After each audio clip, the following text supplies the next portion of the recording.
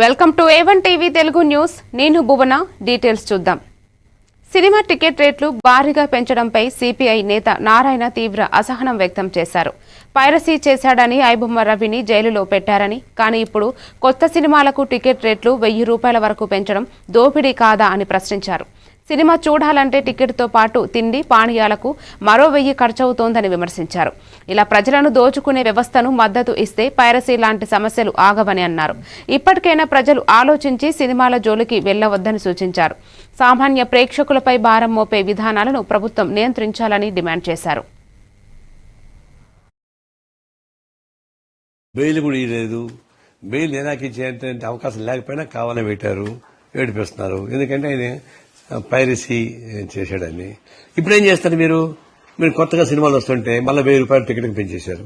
వాళ్ళు ₹1000 కోట్ల ఖర్చు పెట్టి విలాసవంతం సినిమాలు చేస్తుంటే వాళ్ళు ఏదో లాస్ అయిపోయినట్టుగా మళ్ళీ సామాన్య ప్రజానికి మళ్ళీ ₹1000 టికెట్ పెట్టడం అంటే ₹1000 టికెట్ పెట్టుకుంటారు. ఆడ ఇంకో ₹1000 ఖర్చు అవుతుంది. వాళ్ళు నీళ్లు తాగినా, కూల్ డ్రింక్ తాగినా, టీ తాగినా, కాఫీ తాగినా, కాల్ ఫ్రైస్ తిన్నా కూడా అయిపోతా ఉంది.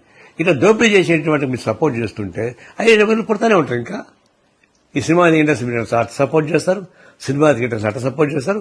ఐబొమ్మ వాళ్ళు పుడుతూనే ఉంటారు. మీరు ఆపలేరు. ఇప్పటికైనా మీరు బుద్ధి తెచ్చుకొని ఆ సినిమా జోలికి మీరు పోబాకండి.